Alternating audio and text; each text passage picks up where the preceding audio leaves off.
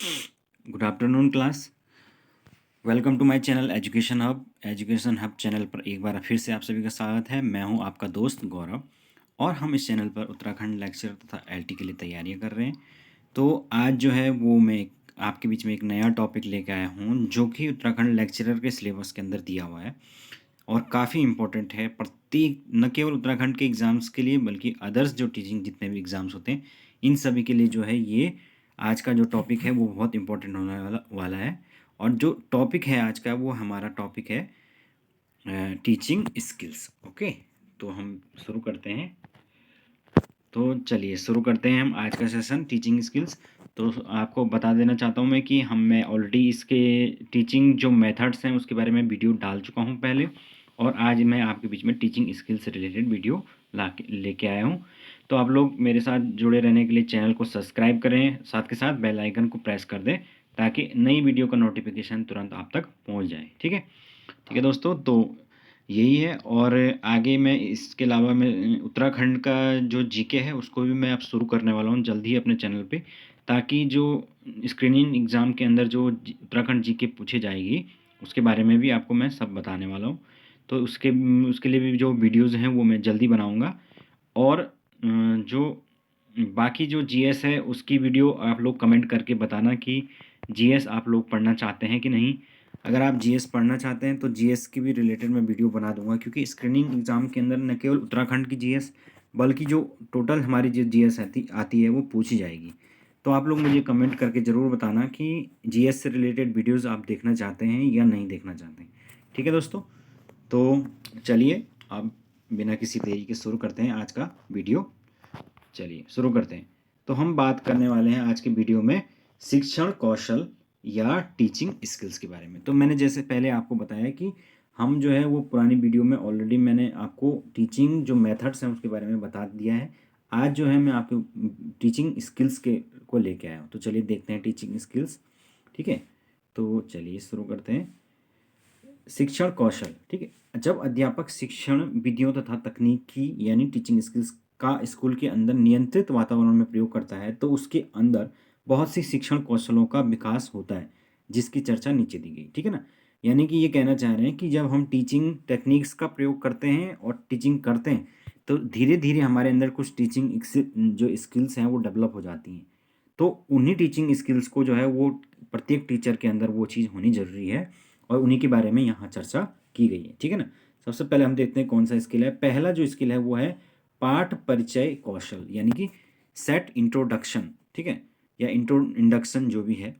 तो इसमें क्या होता है, इस कौशल के द्वारा छात्रों के पूर्व ज्ञान को उनके वर्तमान ज्ञान से इस प्रकार से जोड़ा जाता है कि कहीं से भी उन्हें बनावट या शून्य का आभास ना हो। इसका कहने का मतलब है कि जो पुराना ज्ञान है जो उन्होंने पिछली कक्षाओं में पढ़ा है, जो उनके अंदर है ऑलरेडी, उस ज्ञान से पहले नए ज्ञान को कनेक्ट करना है। ठीक है ना, जो भी नया टॉपिक हम पढ़ाते हैं उसको पहले पुराने जो टॉपिक है उससे कनेक्ट करना है, ताकि उन्हें ऐसा न लगे कि हम पहले से क्या हैं, ब्लैंक हैं। समझ गए हो, यानी उन्हें शून्य का भाव पैदा नहीं होना चाहिए उनके अंदर। फिर नेक्स्ट वो कह रहे हैं कि प्रस्तावना जो प्रश्न है उसमें वो श्रृंखलाबद्ध होने चाहिए। तो जो इंट्रोडक्टरी क्वेश्चन है वो इस प्रकार से होने चाहिए कि एक क्वेश्चन जब हम पूछें उससे जब उत्तर निकल के आए तो उसी से जो है हम दूसरा प्रश्न करें। ठीक है ना, यानी उनके बीच में एक सीरीज होनी चाहिए, सीरीज ऑफ क्वेश्चन पूछें, कम से कम 3 से 4 इंट्रोडक्टरी क्वेश्चंस, और उसके बाद अंतिम प्रश्न सीधे प्रकरण से जुड़ा होना चाहिए। प्रकरण यानी जो टॉपिक है हमारा उसको प्रकरण कहते हैं, उससे जुड़ा होना चाहिए। अंतिम जो क्वेश्चन होगा वो डायरेक्ट टॉपिक से रिलेटेड होना चाहिए। ठीक है ना, जैसे कि अगर हम पर्वतों के बारे में पढ़ा रहे हैं तो सबसे पहले हम बात को दूसरी तरीके से घुमा के तब किसी एक हम पर्वत का, जैसे कि हिमालय पर्वत का उदाहरण देंगे और तब जाके हम पर्वत टॉपिक पे ऊपर आएंगे। यानी कि कुल मिला के हमने डायरेक्ट जो है वो टॉपिक के ऊपर नहीं आना है, बल्कि पहले जो है वो इंट्रोडक्टरी क्वेश्चंस पूछने हैं। ठीक है ना, ये आप लोगों ने चीज़ें बीएड के अंदर भी देखी होंगी। ठीक है, तो नेक्स्ट हम बात करते हैं स्किल की, जो है उद्दीपन परिवर्तन या स्टिमुलस वेरिएशन। अब ये क्या चीज़ होती है, उद्दीपन परिवर्तन या स्टिमुलस वेरिएशन को देख लेते हैं।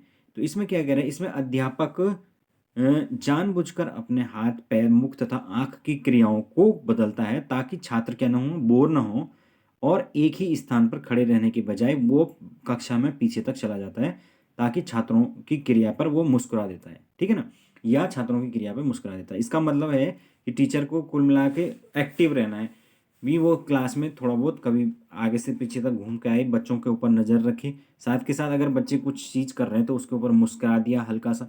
यानी कि कुल मिला के इस प्रकार से स्टिमुलस देना है कि बच्चा बोर ना हो जाए क्लास के अंदर, ठीक है ना, उसे उबाऊ ना लगे क्लास, ठीक है। तो ये भी टीचिंग का एक स्किल है। फिर नेक्स्ट हम बात करते हैं, तीसरा है बूझने वाले प्रश्न। बूझने वाले प्रश्न यानी प्रोबिंग क्वेश्चन। अब ये क्या चीज़ है? इन प्रश्नों के द्वारा अध्यापक छात्रों को पाठ की गहराई तक जानने के लिए मजबूर करता है तथा उनकी चिंतन शक्ति का विकास हो सके। और छात्र जब उत्तर नहीं दे पाते हैं तो अध्यापक थोड़ा सा उनको संकेत भी देता है। यानी कि इस प्रकार के क्वेश्चन उनको करने हैं कि वो सोचने पर मजबूर हो जाएं और अपने चिंतन शक्ति पर वो डेवलप कर सकें, उनकी जो थिंकिंग पावर है वो डेवलप हो सके, वो अपने उसमें विचार दे सकें। और अगर उन्हें बिल्कुल भी उस चीज़ में नहीं समझ आ रहा है तो उनको थोड़ा सा क्या देना है, क्लू देना जरूरी है, ठीक है ना।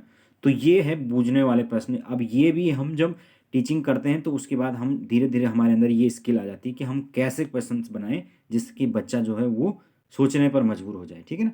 तो ये टीचिंग स्किल्स की बात है। फिर नेक्स्ट हम बात करते हैं उदाहरण द्वारा स्पष्टीकरण करना। तो ये तो जाहिर सी बात है कि टीचिंग का सबसे इम्पोर्टेंट टूल है कि जब भी बच्चा का कोई भी प्रत्यय हम बच्चे को समझा रहे हैं, कोई भी कॉन्सेप्ट समझा रहे हैं, तो उसके अंदर हमें सबसे पहले बच्चे को एग्जाम्पल के माध्यम से उसका स्पष्टीकरण देना है और उदाहरण का प्रयोग करना जिनका छात्र जीवन से सीधा संबंध हो। समझ गए? इस प्रकार के उदाहरणों का प्रयोग करना है जो कि हमारे छात्र जीवन से सीधे सीधे छात्र के जीवन के आम मतलब जो उसकी डेली लाइफ है उससे कनेक्ट करते हो, ठीक है ना। इस प्रकार का एग्जाम्पल देना।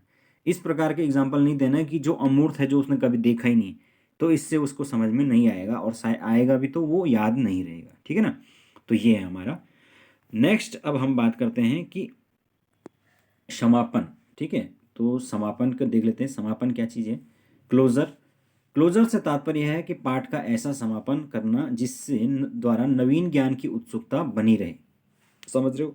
यानी कि टीचर जैसे कि सीरियल वाले करते हैं ना कि सीरियल के लास्ट में कुछ इस प्रकार का जो है वो उसका एंडिंग करवाते हैं ताकि हर कोई जो है वो नेक्स्ट एपिसोड के लिए क्या रहे, उत्सुक बना रहे। तो उसी प्रकार से टीचर का भी रोल होता है कि वो इस प्रकार से क्लोजर करे, एंडिंग करे कि वो बच्चा नेक्स्ट क्लास के अंदर जो है वो क्या पढ़ाया जाएगा या इसमें आगे क्या होगा, इसके लिए उसके अंदर उत्सुकता बनी रहे, ठीक है।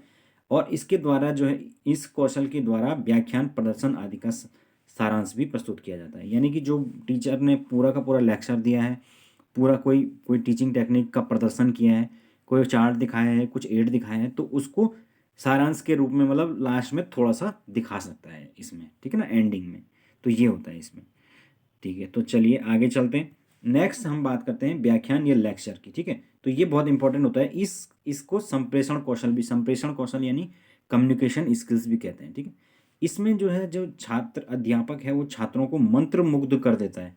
मंत्र मुग्ध का मतलब कि छात्र जो है वो कुछ भी नहीं, इसके अलावा जो है टीचर के अलावा वो उनका ध्यान जो है वो बाकी चीज़ों से हट जाए पूरी तरीके से, और छात्र जो है व्याख्यान सुनने के अतिरिक्त कुछ नहीं कर पाते। यानी वो इतने मतलब पूरे ध्यान के साथ जो है वो लेक्चर को सुनते हैं। टीचर का वो क्या होता है, स्किल होती है कि वो बच्चों को किस प्रकार से एंगेज करके मंत्र मुग्ध कर देता है, ठीक है ना।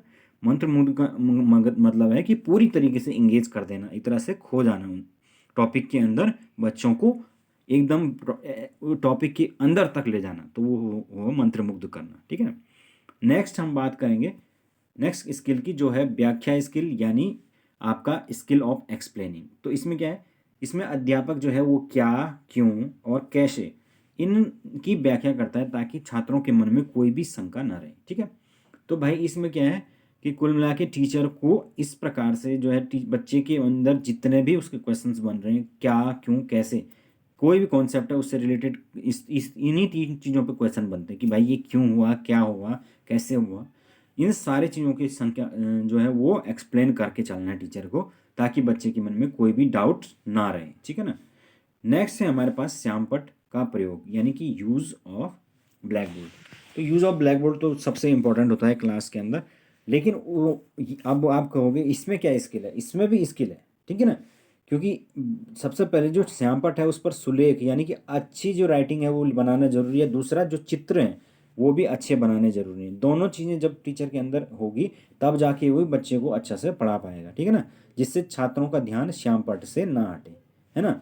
अगर पता चला जो टीचर है उसी की जो राइटिंग है वो आड़ी तिरछी जाती है या उसका जो चित्र है वो बनाने का स्किल बहुत ही ख़त्म है, तो इससे क्या पता चलेगा, इससे ये पता चलेगा कि टीचर बच्चे भी जो है वो उतना ज़्यादा इंटरेस्ट नहीं दिखाएंगे ब्लैक बोर्ड की तरफ, ठीक है ना।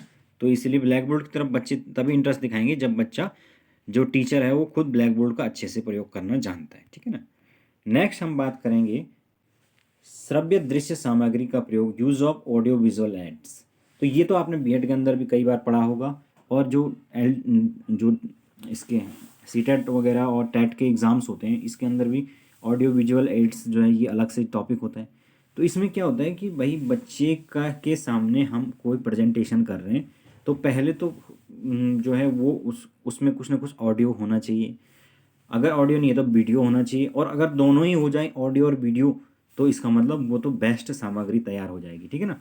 तो इस कौशल के द्वारा अध्यापक सहायक सामग्री को पाठ के दौरान इस प्रकार से प्रयोग करता है कि वह पाठ का ही अंग नजर आए, ठीक है ना। यानी कि ऐसा लगना चाहिए कि इस पाठ के साथ ये जो है लर्निंग एड जुड़ा हुआ है, ठीक है, इस प्रकार से उसका प्रयोग करना है। और ऐसा हो कि उस लर्निंग एड के को बताने के बाद उस पाठ का एकदम क्रिस्टल क्लियर हो जाए बच्चे के दिमाग में, ठीक है। और सहायक सामग्री में श्रव्य दृश्य दोनों हो तो छात्र ज़्यादा अच्छे तरीके से समझते हैं। तो ये तो जाहिर सी बात है कि अगर हम कोई ऐसी फिल्म दिखा देते हैं जिसमें कि ऑडियो भी है और वीडियो भी दिख रहा है तो वो बच्चे के दिमाग में क्या होगा, लॉन्ग लास्टिंग हमेशा के लिए होगा, है ना। तो ये तो सबसे जो है प्रभावी एक तरह का एड माना जाता है ऑडियो विजुअल एड, ठीक है ना। तो ये नेक्स्ट हम बात करते हैं कक्षा प्रबंधन का कौशल, स्किल ऑफ क्लास मैनेजमेंट। तो ये क्या चीज़ हुई भाई, जो टीचर है उसको क्लास के अंदर न केवल पढ़ाना है बल्कि अपने क्लास को मैनेज भी करना है। ये अपने आप में एक क्या है, बड़ी कला है। इस कौशल के द्वारा अध्यापक सभी छात्रों पर निरंतर किसी न किसी प्रकार के काम में उसको लगा के रखता है और इस प्रकार से व्यस्त रखता है कि अध्यापक की मर्जी के बगैर कोई कुछ नहीं कर पाते, ठीक है ना। तो कुल मिला के टीचर का काम वो भी है कि भाई वो क्लास के अंदर बच्चों को इंगेज करके भी रखे इस प्रकार से कि बोर भी ना हो बच्चे, और उनको कुछ ना कुछ काम देना है, और वो सारे जो काम है वो टीचर की मर्जी के अनुसार होने चाहिए। यानी टीचर किससे बच्चे बिना पूछे कुछ भी ऐसा काम ना करें।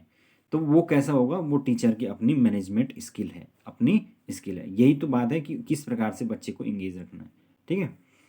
नेक्स्ट हम बात करते हैं अगले स्किल की, जो कि है, एक मिनट, नेक्स्ट स्किल जो हमारे पास है वो है छात्रों की भागीदारी में वृद्धि का कौशल, skill of increasing people's participation. इसमें क्या है, छात्रों की भागीदारी से तात्पर्य है कि उस प्रत्यक्ष व्यवहार से है जिसका प्रेक्षण किया जा सकता है। इसमें अध्यापक छात्र कक्षा में कुछ ऐसी क्रियाएं करता है जो छात्रों की प्रतिक्रिया उससे स्वयं बढ़ जाती है, जैसे पुनर्विवरण देना, उनको कोई रोचक घटना सुनाकर उस पर विचार जानना, है ना। यानी टीचर इस प्रकार से कुछ ऐसा रिस्पॉन्स दे दे क्लास के अंदर तो छात्र जो है खुद ब खुद उसमें अपने आप से उसमें उनका एक तरह से उनकी जिज्ञासा बढ़ जाए, वो खुद पार्टिसिपेट करना चाहें, ठीक है। जैसे कि अगर टीचर किसी कहानी या कोई भी कहानी सुना रहा है या किसी भी घटना को किसी और घटना से रिलेट करके बता रहा है तो उसमें साथ के साथ बच्चों के भी फीडबैक ले रहा है कि भाई आप बताइए कि आपने जब ऐसा किया था तो आपके जीवन में क्या अनुभव था, ठीक है। तो उससे क्या होगा, बच्चे भी अब खुद पार्टिसिपेट करने लग जाएंगे। न केवल ऐसा नहीं होगा कि वन वे नहीं होगा बल्कि टू वे क्या होगा, कम्युनिकेशन होगा। केवल हम नहीं बल्कि केवल पता चला कि हम ही बकने पे लगे हुए और टीचर बच्चे का रिस्पॉन्स नहीं आ रहा है। लेकिन जब इस प्रकार की जो पार्टिसिपेशन होता है, टीचर इस प्रकार की स्किल दिखाते हैं क्लास में, तो उससे बच्चे फिर ज़्यादा से ज़्यादा बढ़ चढ़ के, आपने खुद भी देखा होगा स्कूल टाइम पे हमने, कि जब टीचर खुद इस प्रकार से कुछ हमसे पूछने लग जाते हैं हमारी किसी कहानी से रिलेटेड या हमारी निजी ज़िंदगी के अनुभवों से रिलेटेड, तो हम उसमें ज़्यादा दिलचस्पी लेकर उस पर फीडबैक देने लग जाते हैं, ठीक है ना। तो ये एक स्किल होती है कि किस प्रकार से बच्चों का पार्टिसिपेशन प्रत्येक बच्चे का बढ़ाया जाए क्लास में, ठीक है। ज़रूरी नहीं है कि हर बच्चा जो है वो भाई पढ़ाई से रिलेटेड चीज़ों में वो जवाब नहीं देता है तो बाकी चीज़ों में भी नहीं देगा। जब बाकी जो कुछ कुछ बच्चे इस प्रकार के होते हैं वो थोड़ा उस प्रकार के होते हैं, थोड़ा दब्बू टाइप के, और वो नई क्लास में खुल पाते हैं, थोड़ा अपने आप में ही खोए रहते हैं। लेकिन क्योंकि उनको थोड़ा सा हिचक होती है कि हमें नहीं आता है क्लास में, या हमें पढ़ाई से रिलेटेड हम उतना तेज़ नहीं है तो हम नहीं जवाब दे सकते हैं। लेकिन जब इस प्रकार के अदर जो कंटेस्ट में बच्चे जो टीचर है जब बच्चे का पार्टिसिपेशन करवाता है तो धीरे धीरे उनके अंदर एक कॉन्फिडेंस आ जाता है कि चलो अब मैं इसमें भी जवाब दे सकता हूँ, ठीक है ना। तो ये चीज़ होती है। नेक्स्ट नेक्स्ट जो हमारे पास है वो है बच्चे, एक मिनट, बच्चे छात्रों को ध्यान देने योग्य व्यवहार को पहचानना, रिकॉग्नाइजिंग अटेंडिंग बिहेवियर। तो एक प्रभावशाली शिक्षक क्या होता है, हमेशा संवेदनशील होता है, ठीक है, सेंसिटिव होता है बच्चों के लिए, ठीक है, और वह सभी छात्रों के व्यवहारों पर ध्यान देता है। इस प्रकार उसकी कक्षा में कोई भी छात्र उपेक्षित अनुभव नहीं करता है। यानी कि ऐसा ना हो कि जो है छात्र जो है कुछ छात्र ऐसे महसूस कर रहे हैं क्लास के अंदर कि उनके ऊपर टीचर को उनसे कोई मतलब नहीं है, बल्कि कुछ विशेष छात्रों के ऊपर ही वो टीचर जो है वो हमेशा ध्यान देते हैं, उन्हीं से प्रश्न भी पूछते हैं, उन्हीं से सब कुछ करते हैं। तो यानी प्रत्येक छात्र के व्यवहार के ऊपर बच्चे के व्यवहार को अटेंड करना वो टीचर का काम है। ये एक प्रभावशाली शिक्षक का गुण है, ठीक है। नेक्स्ट है हमारे पास मौन एवं अशाब्दिक उत्पीड़न, साइलेंस एंड नॉन वर्बल आपके रिस्पॉन्स या क्यू कह सकते हैं। तो इसमें क्या होता है, इसमें कभी कभी अध्यापक बोलते बोलते अचानक कुछ सेकंड के लिए जो है वो चुप हो जाता है, ठीक है। और उससे क्या लाभ होगा, उससे ये लाभ होगा कि एक तो जो है कई बार जो है वो हम जो कुछ ऐसा टॉपिक है जिसका अंदर टीचर को पता है कि भाई बच्चा इसको बता देगा, अब बच्चे जो है इसको बता देंगे, तो वो उस टॉपिक पे के ठीक पहले जो है वो टिक चुप हो जाता है बोलने से पहले, और बच्चे खुद ब खुद उस टॉपिक के बारे में बोलने लग जाते हैं, ठीक है ना। मतलब जो नेक्स्ट आने वाला टॉपिक है, अगर टीचर को ये पूरा विश्वास है कि हाँ ये इसके बारे में, तो बच्चे खुद जो है आंसर करेंगे, तो वो वहाँ पर बीप कर देता है, यानी चुप हो जाता है। और दूसरा ये होता है कई बार इस प्रकार की साइलेंस से ये लाभ होता है कि आपस में वार्ता कर रहे जो बच्चे हैं वो आसानी से पकड़ में आ जाते हैं, ठीक है ना। कुछ बच्चे जो हैं अगर वो सुन नहीं रहे हैं और आपस में गप्पे मार रहे हैं तो वो भी जैसे ही क्लास साइलेंट होती है तो वो आसानी से पकड़ में आ जाते हैं, ठीक है। तो ये भी एक तरीका, एक स्किल होती है, ठीक है। नेक्स्ट हम बात करेंगे प्रश्न पूछने का प्रवाह, ठीक है। तो फ्लुएंसी ऑफ क्वेश्चनिंग, अब ये क्या चीज़ है, इसमें छात्र अध्यापक बिना रुके छात्रों से प्रश्न करता है और छात्र भी लगातार उत्तर देते हैं। और इसका प्रयोग जो है वो पुनरावृत्ति प्रश्न यानी रिकैप्चुलेट क्वेश्चंस में किया जाता है। भाई जो लास्ट में जो क्वेश्चन पूछे जाते हैं उनको रिकैप्चुलरी क्वेश्चन कहते हैं।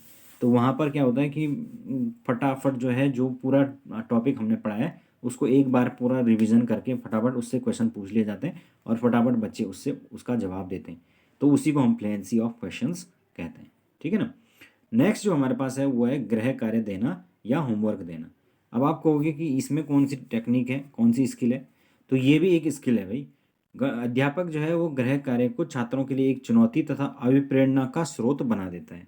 जैसे वह गृह कार्य को छात्रों के व्यावहारिक जीवन से उपयोगी तथा विविधता युक्त बना देता है। तो ये छात्र जो है वो गृह कार्य करने से कभी नहीं कतराते। मैं कहने का मतलब है कि जो छात्र है वो हमेशा क्या करते हैं, उनको पता है कि जो गृह कार्य है वो उसको बोझ समझते हैं। लेकिन अगर टीचर के अंदर वो स्किल है कि वो जो होमवर्क है उसके अंदर या असाइनमेंट जो देते हैं उसके अंदर इस प्रकार से जो है वो विविधता या क्या कह सकते हैं डाइवर्सिटी लाए या उसको उसके व्यवहारिक जीवन के लिए उपयोगी बना दे, तो बच्चा खुद ब खुद उस गृह कार्य को करने में रुचि लेगा, है ना। तो ये चीज़ होती है। फिर नेक्स्ट जो हमारे हमारे पास टॉपिक है वो है नियोजित पुनरावृत्ति या प्लान्ड रिवीजन। तो यहाँ पर क्या होता है, कभी कभी अध्यापक कठिन जो बिंदु होते हैं या उनका कोई अंश होता है उसको छात्रों के किसी बढ़िया उत्तर को बार बार दोहराता है और ऐसा करने से छात्रों को लाभ होता है, ठीक है ना। तो इसमें भी है कि भाई कुछ विशेष टॉपिक्स हैं जो ज़्यादा कठिन लग रहे हैं या कोई ऐसे बिंदु हैं जो और अच्छे तरीके से समझाए जाने हैं, तो उनको वो बार बार दोहराता है ताकि वो प्लान्ड होता है पहले से ही कि भाई ये वाला टॉपिक मैंने कम से कम 2 बार या 3 बार बताना हो, ठीक है ना। तो ये है हमारे पास। नेक्स्ट हमारे पास पुनर्बलन कौशल। अब ये क्या चीज़ है, पुनर्बलन कौशल या रीइंफोर्समेंट स्किल। इसके अंदर पुनर्बलन या पुष्ट पोषण छात्रों के किसी अनुक्रिया के पुनः होने की संभावना को बढ़ा देता है, ठीक है ना। यह 3 प्रकार का होता है। अब रीइंफोर्समेंट या पुनर्बलन, या इसको हम पृष्ठ पोषण या फीडबैक भी कहते हैं। तो ये क्या करता है, अनुक्रिया, छात्रों की जो अनुक्रिया यानी रिस्पॉन्स, इसका ये आगे अब इसके बाद कैसा होगा वो उसकी जो है उसको तय करता है, ठीक है ना, उसको बढ़ा देता है या कम भी कर देता है। तो अब ये 3 प्रकार का होता है, सकारात्मक भी होता है, नकारात्मक भी और दंडात्मक भी। तो देखते हैं क्या क्या होता है। सकारात्मक जो पुनर्बलन होता है, किसी प्रिय अनुक्रिया को बढ़ाते हैं, जैसे कि जो अध्यापक का छात्रों के सही उत्तर पर वाह, बहुत अच्छे, अच्छा प्रयास है आदि कहना, ठीक है ना। जब इस प्रकार के वर्ड्स जो है वो टीचर के द्वारा कहे जाते हैं तो उससे इसको कहते हैं हम कि ये एक सकारात्मक पुनर्बलन है, क्योंकि ये इस प्रकार के पुनर्बलन फीडबैक जब बच्चों को दिया जाता है तो वो आगे प्रिय अनुक्रिया यानी कि उनसे और ज़्यादा पॉजिटिव रिस्पॉन्स आने की उम्मीद भविष्य में बढ़ जाती है, ठीक है। फिर दूसरे होते हैं नकारात्मक पुनर्बलन। तो इसमें क्या होता है, किसी अप्रिय अनुक्रिया की संभावना को कम करते हैं। तो इससे टीचर आगे आने वाली जो नेगेटिव रिस्पॉन्स है उसको कम करता है। जैसे इसमें क्या बोला जाता है, इसमें बोला जाता है कि नहीं, बिल्कुल गलत है, उत्तर सही नहीं है आपका, या बिल्कुल गलत है, ठीक है। तो इस प्रकार की जो चीज़ें बोली जाती हैं।